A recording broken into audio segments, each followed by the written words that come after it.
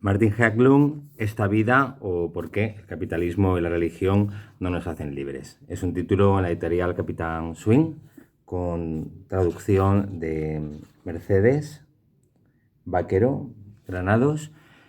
Una reseña, la de este libro, breve, como son las típicas de este canal, de un libro y de un autor que caen del lado de la filosofía o del pensamiento entrecruzado con la teoría literaria, que es uno de los ámbitos que más nos interesan, que más me gusta personalmente. Y lo primero que podemos decir, tras presentar al autor, Martin Hägglund es un profesor de la Universidad de Yale, un profesor de literatura comparada y de humanidades, ¿no? Él ha trabajado autores clásicos como Kant o como Derrida, pero también la obra también clásica ya de escritores como Joseph Conrad.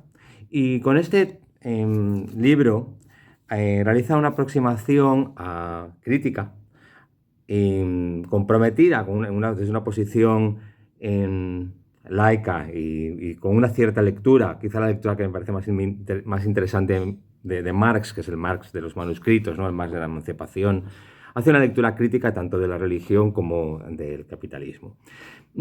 Quizá porque yo me dedico a la filosofía jurídica, moral y política, siempre he leído la famosa frase de Dostoyevsky, contenida en Los hermanos Karamazov, ¿no? Aquella de si Dios ha muerto, todo está permitido.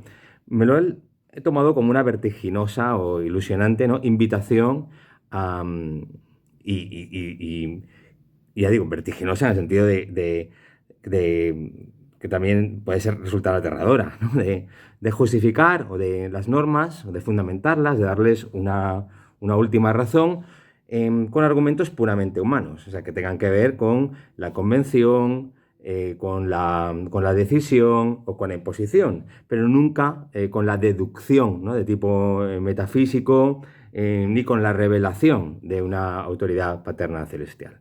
Los que siguen este canal, pues ya saben que mi posición en el ámbito de la filosofía jurídica tiene que ver con la humildad, con la modestia, en el sentido en que desde un está relacionado con ello también, desde un cierto agnosticismo optimista, entiendo que el derecho es un fenómeno social, sociohistórico, y que la expresión derecho natural es un oxímoron, o sea, una contradicción en términos.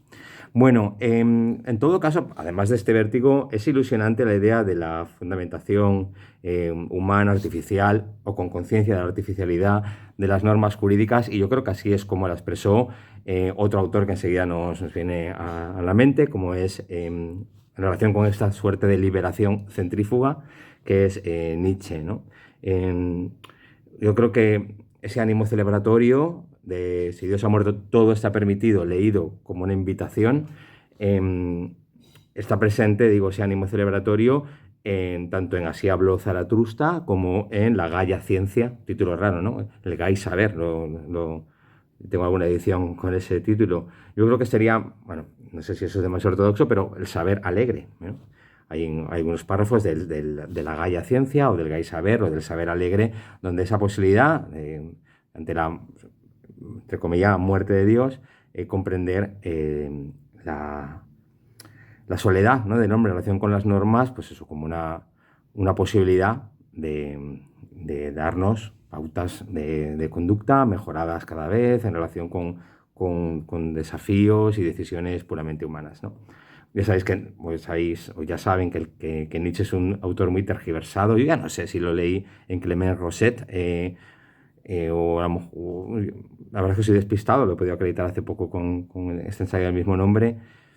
Quizás es mío, no lo sé. Yo creo que hay un montón de formas malas de leer a Nietzsche, pero las primeras con las que se tropieza uno es cuando se da cuenta que lo ha leído mal por leerlo demasiado joven, o lo ha leído mal porque lo ha leído como un filósofo convencional, ¿no? O lo ha leído mal, que está la más extendida, porque lo ha leído de forma literal, ¿no? Pero Nietzsche nunca se expresa de forma literal. Es una de las mejores prosas del siglo XIX, precisamente por la riqueza, ¿no? Por la utilidad de los términos que utiliza. Los más tergiversados pues puede ser el propio Übermensch, ¿no? Que traducido es como superhombre y es realmente alguien que está sobre, pues eso, sobre el humano o sobrehumano, o que tiene que trascender lo humano, lo mismo con todas estas cuestiones relativas a los animales o a las montañas. Bueno, en todo caso,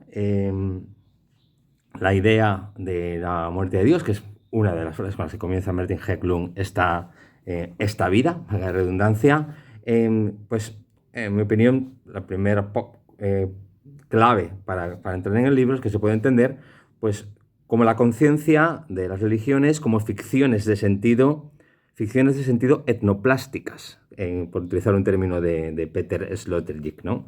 El filósofo alemán. Bueno, lo segundo que debemos darnos, clave que podemos darnos para adentrarnos en esta vida, porque el capitalismo y la religión no nos hace libres, es que lo que hace este filósofo especializado en pensamiento postkantiano y también en teoría crítica y literaria es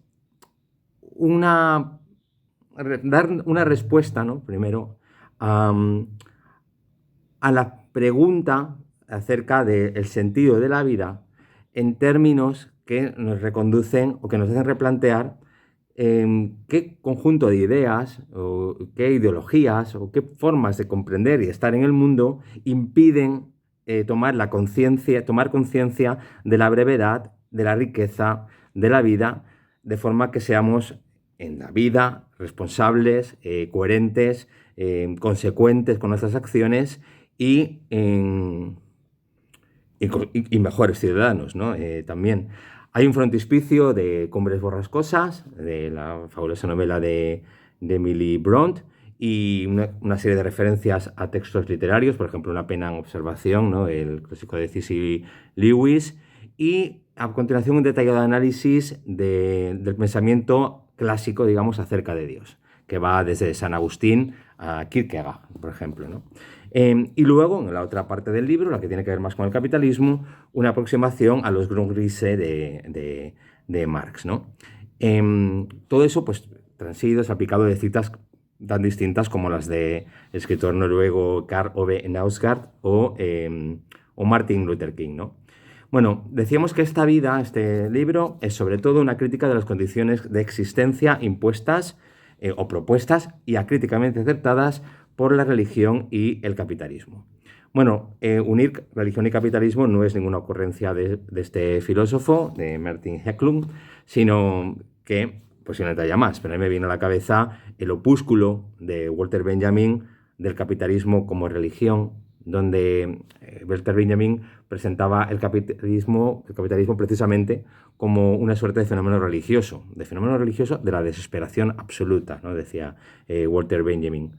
Un fenómeno que en vez de redimir las culpas de los creyentes, los condenaba a aquí la palabra, bueno, la traducción es perfecta también en castellano, les condenaba a una deuda eterna. Para Marx, el capitalismo y la religión demostraron ser, digámoslo así, altamente compatibles, ¿no? Formas de alineación que impiden el libre desarrollo de los individuos. Pues bien, de acuerdo con Martin Hägglund, ambos nos impiden reconocer en la práctica que nuestra propia vida, posiblemente nuestra única vida, nos es arrebatada cuando se nos quita el tiempo o cuando se nos quita el sentido y el valor del tiempo.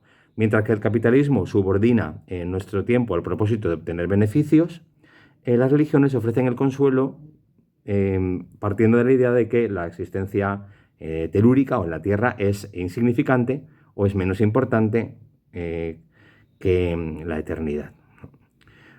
Así que si tanto el capitalismo como la religión, opio del pueblo, a decir de Marx, opio en el sentido no de que sea una droga nociva, o no tanto como una droga nociva, el opio tampoco es que sea indirectamente agresiva, indirectamente nociva, sino que es una droga que adormece, ¿no? que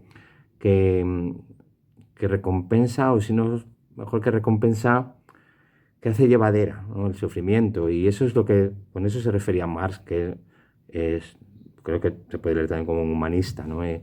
Lo que quería decir con el opio del pueblo es un recurso que tiene el pueblo para sobrellevar las penas, ¿no? Para sobrellevar las duras condiciones de vida. Bueno, pues si tanto el capitalismo como la religión nos hacen renegar, dice Martin Hägglund, de nuestras vidas al dedicarlas al consumo y a la distorsión del significado y el valor de la vida, incluso nuestra reacción ante las injusticias sociales, cuya respuesta aplazamos a otro momento, a otro juicio, bajo la promesa de una improbable, redención metafísica. ¿Qué debemos hacer con nuestro tiempo finito? Y aquí las dos ideas motores del ensayo Esta vida de Martin Hacklund son lo que llama fe secular y libertad espiritual, ¿no?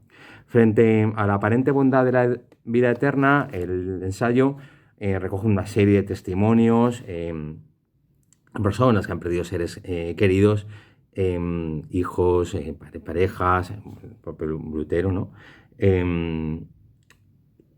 Que no han visto o no se han visto reconfortados por la religión de la manera en que teóricamente decían que iba a suceder. Frente a esa aparente bondad también de la vida eterna, del consuelo de una vida posterior, Hacklund argumenta que una vida infinita carece tanto de sentido como cualquier cosa que sea atemporal, porque desaparece con ella el riesgo de la pérdida, o sea, desaparece el propio valor del tiempo, pero también el compromiso moral con aquello que nos rodea, si todo va a ser solucionado, si nada importa, porque todo, nada tiene una consecuencia en el sentido de que nada va a pasar algo tal, que algo acabe para siempre, que finalice, que muera, ¿no? Que desaparezca, pues en nuestros segundos, incluso en nuestros seres queridos, o el calentamiento global, ¿no? Podríamos decir hoy, no es tan importante, porque pensamos que algo va a redimir, algo lo va a recuperar, hay algo más importante en todo caso, hay algo que trasciende más. Entonces él dice que eso, Haglund dice que eso hace que no nos comprometamos con lo valioso, ¿no? Esta vida, podemos ir concluyendo, no es una diatriba, digamos, ofensiva, en el sentido de resultar irrespetuosa con la religión, ¿no? Como pudo hacerlo, o se puede leer en Feuerbach, ¿no? Ni una respuesta frente a quienes todavía aducen que la religión no es lesiva per se, ¿no? Sino que ha sido desviada de la ideal de la paz y el amor por injerencias políticas más o menos heréticas, ¿no? Y yo creo que esta vida tampoco es un escarnio cargado de razón o de racionalidad científica, ni de argumentos contra la religión desde la ciencia, como podía haber hecho Daniel Dennett, ni tiene un tono combativo, como el biólogo Richard Dawkins, que en mi opinión lleva razón cuando recuerda que las religiones no es que tampoco sean inocuas, ¿no? Sino que más bien son, sobre todo las monoteístas, pues bastante dañinas, ¿no? A la hora de pensar. No son inocuas tampoco para la integridad corporal, por decirlo con Dawkins, ¿no? Creo que lo que diría Dennett o Dawkins en la línea de Hacklund es que estar metido en las religiones, en la fantasía de un mundo que trasciende mejor que este, nos impide, pues, celebrar la existencia, la maravilla real que nos rodea. Por ejemplo, las ballenas, una muda de una serpiente en el desierto, el cielo estrellado, ¿no? Bueno, otro mérito, en mi juicio, de Martin Hacklund radica, a mi juicio, en que tanto la crítica a las distintas búsquedas de la beatitud y a las huidas del mundo y a la religión, y también el reproche a la economía neoclásica, ¿no? Y al capitalismo, es siempre una crítica inmanente, es una crítica también desde dentro.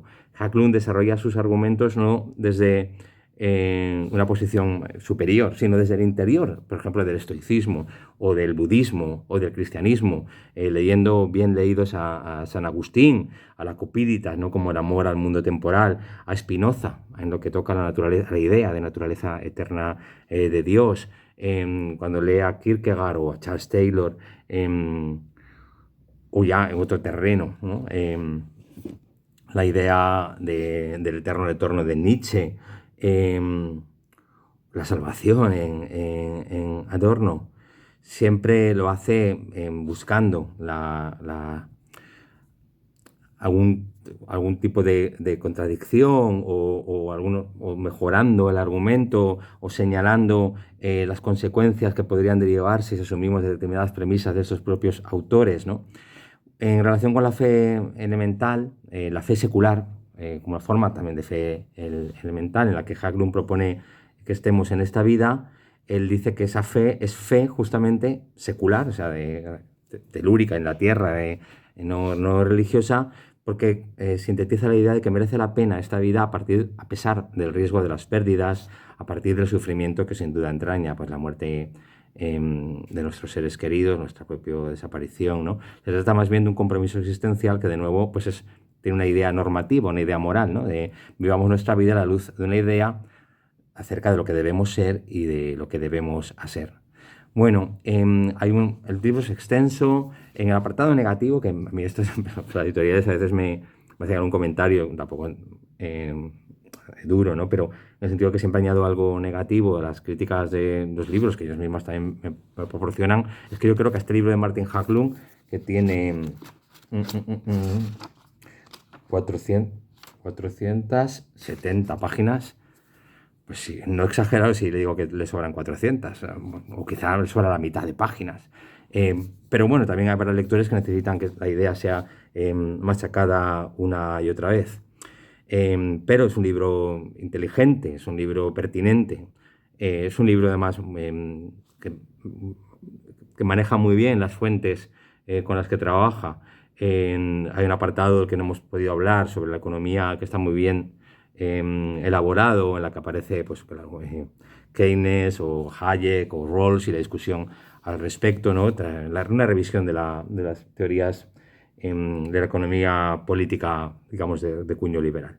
Bueno, yo creo que tras recorrer con Haglund la idea de la fe, del amor, la responsabilidad, tal como podríamos asumir o utilizar, si asumimos que nuestra vida es esta, es una vida finita y es nuestra única vida, el filosofema de los hermanos Karamazov, con el que comenzábamos la reseña, si Dios ha muerto, todo está permitido, ya no es solo una invitación a la coherencia con nuestra frágil vida espiritual, sino una lúcida observación, ¿no? Que es también la que extraemos del pasaje de Abraham cuando decide sacrificar a su hijo Isaac, ¿no?